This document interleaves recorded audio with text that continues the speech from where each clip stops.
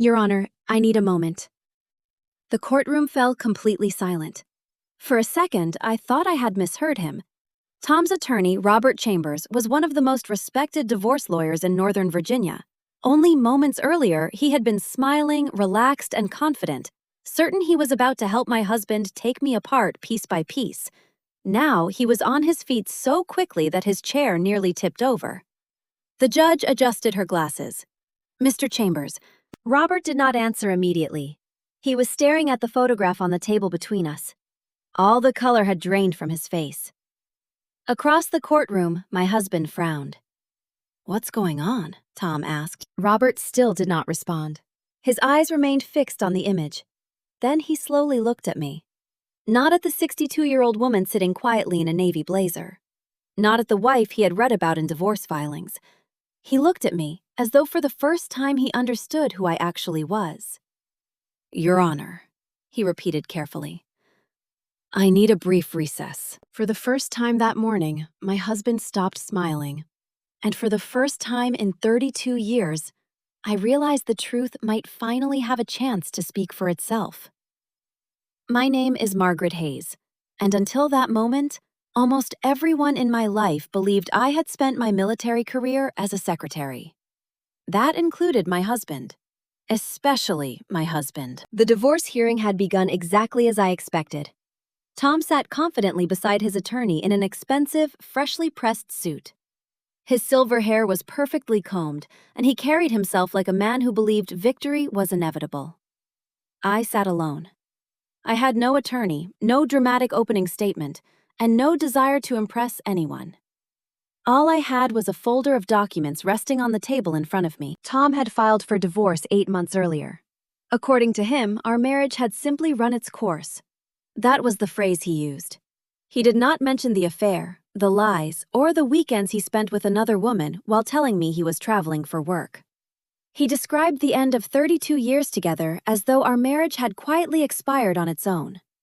The truth was much uglier. Tom had fallen in love with a woman nearly 20 years younger than he was, a marketing executive at his consulting firm.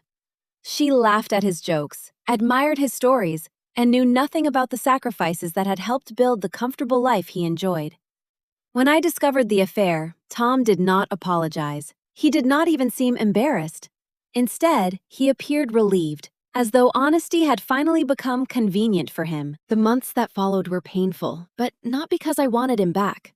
That chapter of my life was already over. What hurt was realizing how little he had ever understood me, and how little effort he had made to try. Throughout our marriage, Tom loved talking about himself. He spoke proudly about his promotions, contracts, achievements, and professional connections. Whenever people asked about me, he always gave them the same simplified answer. Margaret handled paperwork on base. Sometimes he called me a secretary. Other times, he said I had been an administrative assistant. People would nod politely and then return their attention to him. I rarely corrected anyone. It was not because I was ashamed. It was because for most of my career, I could not. Much of my military service had been protected by security classifications for decades. Some records remained restricted even after my retirement. Silence became a habit, and unfortunately, silence often looks like weakness to people who do not understand it. People like Tom. That morning, his attorney had leaned heavily into the same assumption. She was never the primary earner, Robert argued. She spent most of her career in support roles. Support roles. It was an interesting phrase. Tom smirked when he heard it. Then he turned toward me with the same expression he used whenever he wanted to humiliate me in front of friends.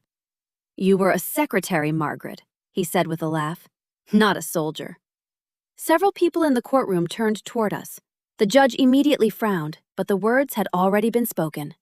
They hung in the air, not because they wounded me, but because they were so completely wrong. I looked at the man with whom I had shared a home for more than 3 decades. He was the father of my children. The person who should have known me better than anyone else in the world. And in that moment, I realized something. Tom genuinely believed what he was saying. That was the saddest part. He was not lying. He simply had never cared enough to learn the truth. Without responding, I opened my folder, removed a single photograph, and slid it across the table toward Robert Chambers. At first, he glanced at it casually. Then his expression changed. His eyes widened, his hand froze. The rest of the courtroom seemed to disappear around him. I recognized the reaction immediately. He was not simply recognizing my face. He recognized the event shown in the photograph. An event that had once attracted enormous attention inside certain military circles.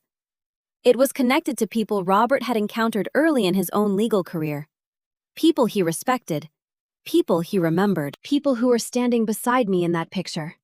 Robert picked up the photograph and studied it again. Then he looked at the name printed beneath the image. A name he clearly had never expected to see. Mine. The judge cleared her throat. Mr. Chambers? Robert slowly rose to his feet. His voice sounded different now. It was careful, controlled, almost nervous. Your Honor, I need a brief recess. Tom stared at him. Robert. There was no answer. His attorney continued looking at me. Suddenly, my husband was no longer the most confident person in the room. Deep inside, I knew something important had begun, because the photograph was only the first piece of the story. The records were coming next. And once they arrived, the man sitting across from me would discover that the woman he had dismissed as a secretary had spent an entire career protecting secrets far greater than he could imagine. The court recessed for 15 minutes. That was all. But when everyone returned, the atmosphere had changed completely. Robert Chambers no longer looked like an attorney preparing to win an easy divorce case. He looked like a man trying to understand how he had walked into something much larger than he expected. Tom noticed it too. I could see confusion and concern in his eyes. They were the first small cracks in the confidence he had carried all morning. When the judge resumed proceedings, my thoughts drifted backward to another lifetime. To the young woman no one seemed to remember, including the man I had married. I was 22 years old when I entered military service. It was the early 1980s, and the Cold War shaped nearly every part of America's defense strategy. Most people expected women to remain in support positions. Some believed those were the only roles we were capable of performing. I learned quickly that arguing with such assumptions was a waste of energy. Competence was a far more effective response. I graduated near the top of my training class. A senior officer noticed that I had an unusual aptitude for analysis and strategic planning. Within 2 years, I was working in areas that most people outside the military did not even know existed. The work was not glamorous. There were no movie-style action scenes, heroic speeches, or dramatic music. There were long hours, endless reports, maps, intelligence assessments, and patterns, hidden inside mountains of information. But sometimes, lives depended on finding those patterns. Sometimes, an entire operation depended on one person noticing a detail everyone else had overlooked. I became very good at noticing those details. By the time I was 30, I had developed a reputation for solving difficult problems quietly. It was the kind of reputation that opened doors, attracted the attention of senior leadership, and never appeared in newspapers. Most of what I accomplished could not be discussed publicly. Even now, there are details I cannot share.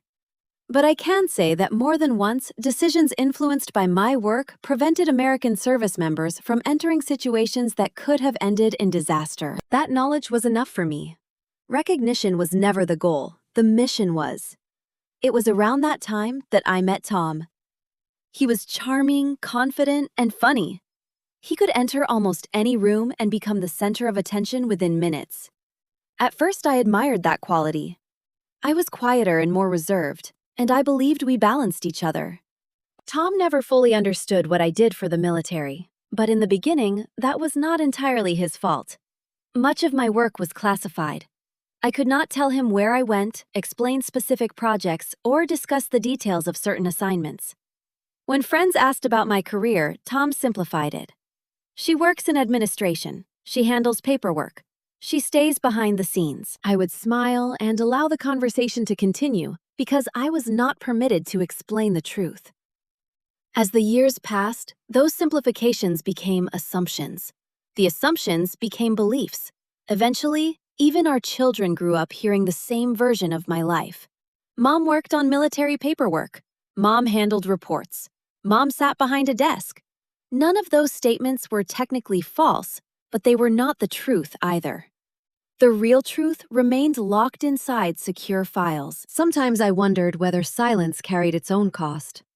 I wondered whether protecting secrets had slowly erased parts of my identity. But eventually, it simply became the way I lived, and I accepted it. The military became my second family. I worked beside extraordinary men and women whose names would never appear in history books. People who sacrificed recognition for service and understood that some victories had to remain invisible. One of those people was General William Carter. At the time, he was a rising figure within military leadership, sharp, disciplined, and deeply respected throughout the Pentagon. We worked together during a particularly difficult operation. The details remain classified even now, but the outcome changed several careers, including mine. After the operation concluded successfully, someone took a photograph. It was not dramatic. It showed several officers standing together, smiling, with relief and pride. To most people, it would have looked like one ordinary military photograph among thousands. But professionals familiar with military command structures understood its context immediately. Robert Chambers was one of them. Years before becoming a prominent civilian divorce attorney, Robert had briefly served as a JAG officer, a military lawyer. He had been young, ambitious, and eager to learn. During that period, he encountered records connected to the operation shown in my photograph. Very few people had access to those files. That was why his reaction had been so immediate. He recognized the senior officers. He recognized the event. Most importantly, he recognized the woman standing beside General Carter. Me. Back in the courtroom, Robert reviewed several newly obtained documents. His expression remained serious while Tom leaned toward him. "What is this?" Tom whispered. Robert did not answer. He simply continued reading. Page after page, his discomfort became more obvious. For the first time, I felt something I had not expected. It was not satisfaction. It was sadness. Tom was not merely discovering a secret. He was discovering an entire part of his wife that he had never bothered to know. After 32 years of marriage, he was learning who I was through legal documents. That realization hurt more than his affair ever had. When Robert reached the final page, he slowly raised his head and looked directly at me. I knew then that the records in his hands would change more than the divorce. They would dismantle the entire story my husband had spent decades telling about me. The following Monday, the courtroom was much fuller than it had been during the first hearing. Word had spread, not through the media, at least not yet, but among attorneys, veterans, and retired military personnel throughout Northern Virginia. A routine divorce case had become the subject of quiet conversations. I arrived early and sat in the same place as before, calm, silent, and prepared. Across the room, Tom looked exhausted. His smile had disappeared, and the confidence that once surrounded him was gone. For 3 days, he had been asking questions, but no one seemed willing to answer him directly. Every time he received the same response, "You should wait for the hearing." That answer clearly infuriated him. For most of his life, Tom had controlled the narrative. He had been the person with the answers. Now he was the one being kept in the dark, and he hated it. The judge entered, and everyone stood. After the usual formalities, Robert Chambers rose slowly. The aggressive attorney who had minimized my career was gone. So was his easy confidence. He looked almost uncomfortable. "Your Honor," he began carefully, "I would like to clarify certain statements previously made regarding Mrs. Hayes' military service." The judge nodded. "Proceed." Robert inhaled and glanced briefly toward me.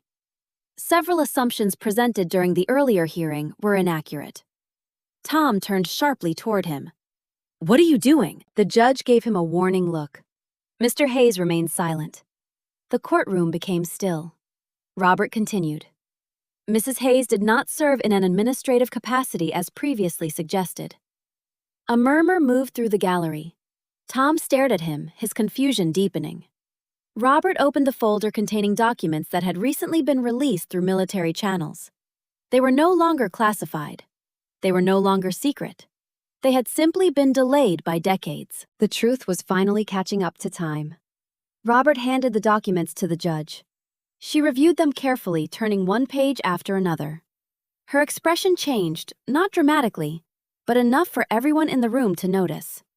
She looked at me, then back at the records. "Interesting," she said quietly. "Very interesting." Tom shifted uneasily in his chair. For the first time, he looked afraid. The judge began reading portions of the file into the official record. Commendations, citations, letters from commanding officers, performance evaluations, recognition for contributions to multiple strategic operations. Each sentence removed another piece of the story Tom had repeated for years. The secretary disappeared. The paperwork clerk vanished.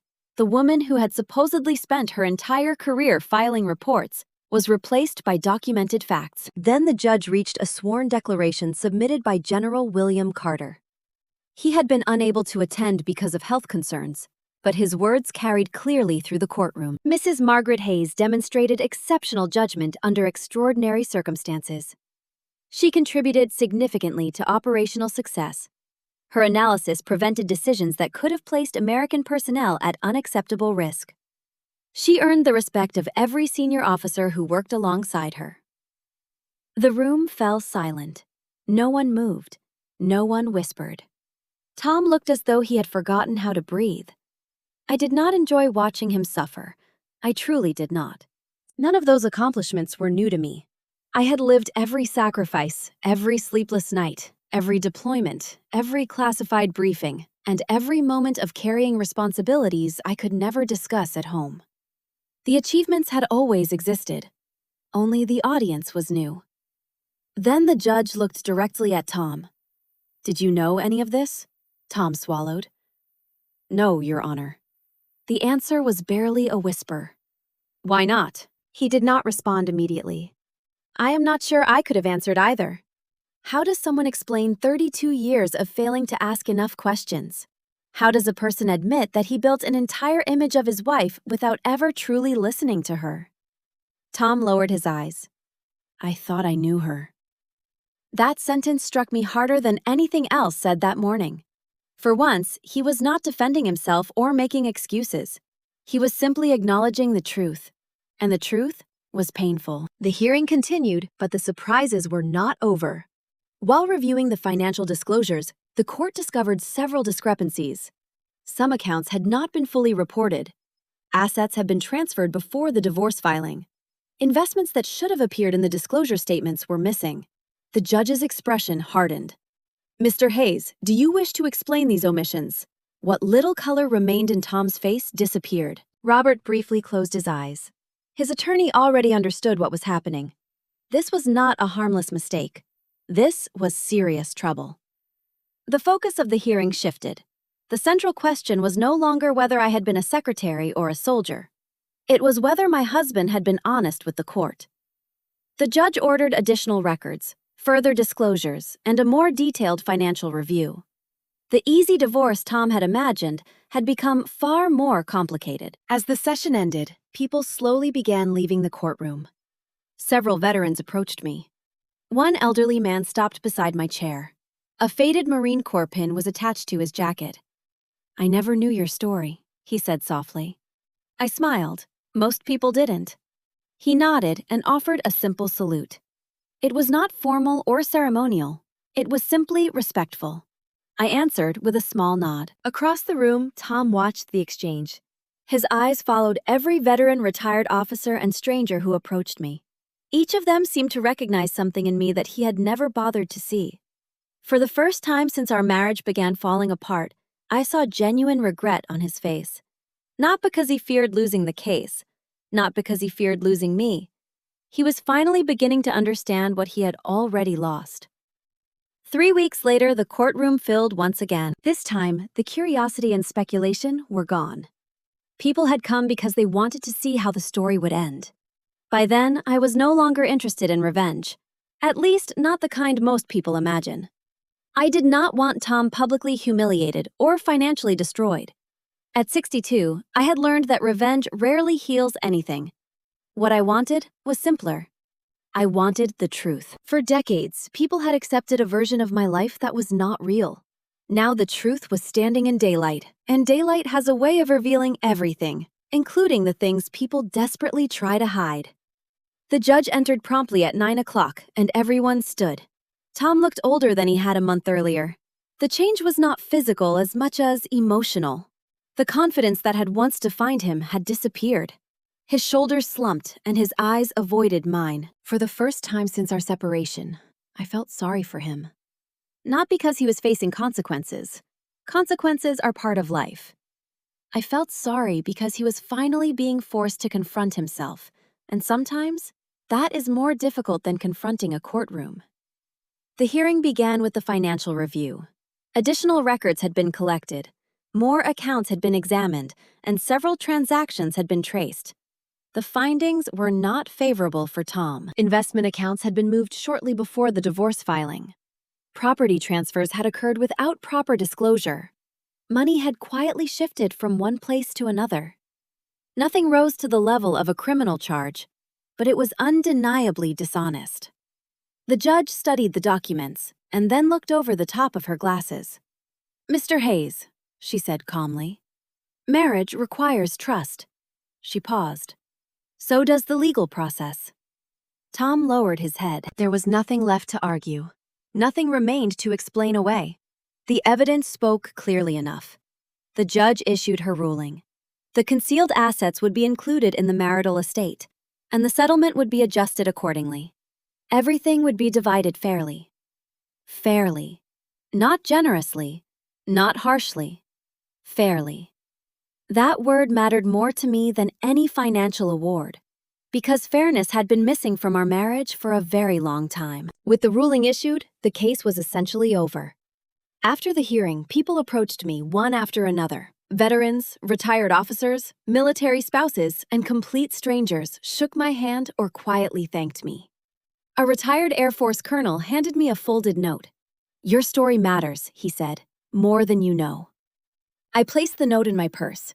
Then a woman who appeared to be in her 70s stepped toward me. "I spent 20 years married to a Navy pilot," she said.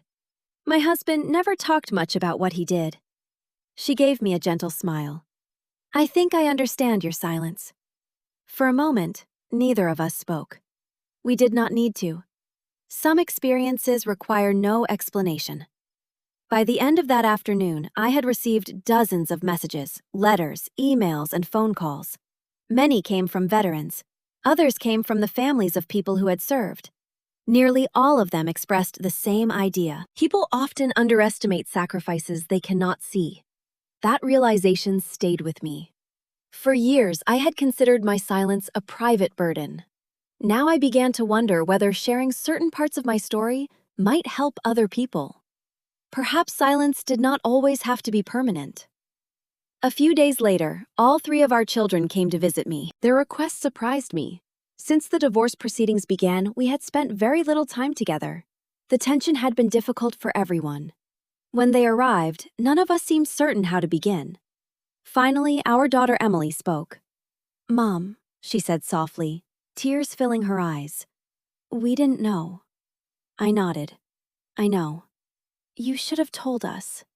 There was no accusation in her voice, only sadness. I considered her words carefully. "Maybe," I said. "Or maybe you should have asked." The room became quiet, but it was not an uncomfortable silence. It was thoughtful. My youngest son looked down at his hands.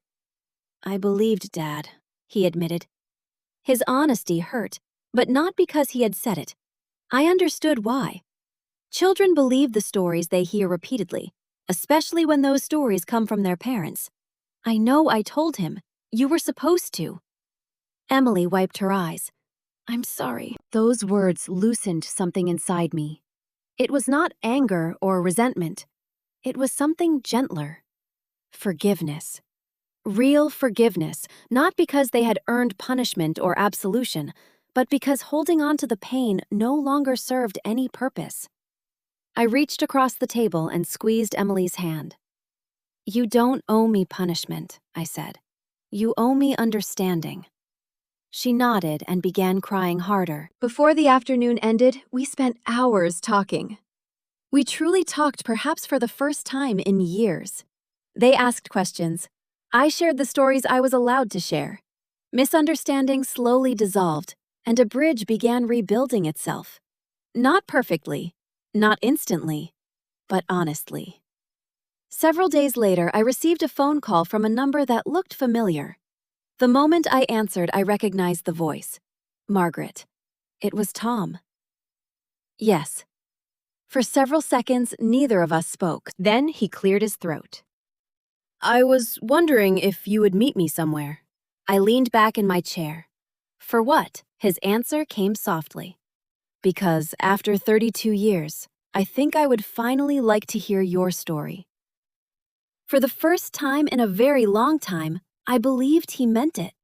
We agreed to meet at the Veterans Memorial, beneath a clear Virginia sky. Rows of stone markers stretched across the hillside, covered with names, dates, and fragments of lives. Some of those people were remembered by history. Most were remembered only by their families. It seemed like the right place for our conversation. Tom was already sitting on a bench when I arrived. For a moment, neither of us moved. We looked older than the couple who had stood before a minister 32 years earlier. Older, perhaps wiser, and certainly more honest. I sat beside him, not too close and not too far away. The distance felt appropriate. Tom stared toward the memorial for several seconds. I almost didn't come, he said. I smiled faintly. I almost didn't either. That earned the first genuine laugh I had heard from him in months, though it quickly faded. What happened in court? He began, his voice cracking. I deserved that. I shook my head. No. He looked surprised. You didn't deserve that, I continued. You deserved the truth. The words settled between us. They were simple, unavoidable, and true. Tom looked down at his hands. For the first time in our marriage, I saw a man who was not trying to defend himself, win an argument, or impress anyone. He was simply trying to understand where he had gone wrong. I've spent weeks thinking about everything he said quietly. The affair, the divorce, the lies. He swallowed. But none of that is what keeps me awake at night. I waited. What keeps me awake is realizing I never really knew my own wife. The pain in his voice surprised me, not because it existed, but because it was genuine. I knew what you liked for breakfast, he continued. I knew your favorite movie. I knew how you took your coffee. He gave a bitter laugh. But I never knew who you were. I looked across the memorial. Years earlier, hearing him admit that might have felt like a victory. Now it simply felt sad. We were both responsible for that, I said. Tom frowned. How I hid behind silence. You didn't have a choice. Sometimes I did. I thought about all the years when I allowed assumptions to remain unchallenged. I remembered the conversations I avoided and the opportunities I had to share small, unclassified pieces of myself. Keeping military secrets had eventually become easier than being vulnerable at home. Tom absorbed that quietly. The wind moved through the trees, and somewhere in the distance, a flag snapped gently in the breeze. Finally, he spoke. I owe you an apology. I remained silent because I wanted to hear the rest.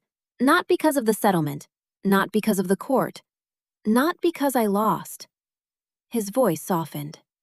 I owe you an apology because I spent years reducing you to something smaller than you were. The words struck me harder than I expected. They could not erase the past, but they acknowledged it. Every time I called you a secretary, he continued. Every time I made a joke. Every time I acted as though my work mattered more than yours. He looked away. I was wrong. For a long moment, neither of us spoke. Then I nodded. Thank you. There was no dramatic confrontation and no emotional explosion. Just 2 words. Sometimes 2 words are enough. Tom exhaled slowly. You know what's strange? What? The military records weren't what changed my mind. That surprised me. What did? He smiled sadly. The kids. I tilted my head. What about them? After they visited you, they wouldn't stop talking about you. His expression softened. They were proud. Emotion rose unexpectedly in my chest. Emily told me she finally understood where she got her strength. A tear slipped down my face before I could stop it. Tom noticed, and for once, he did not look away. I spent years chasing recognition, he said. Promotions, titles, money. He gestured toward the memorial. Those people understood something I never did. What real honor isn't about being seen. The words remained between us. Real honor is not about being seen.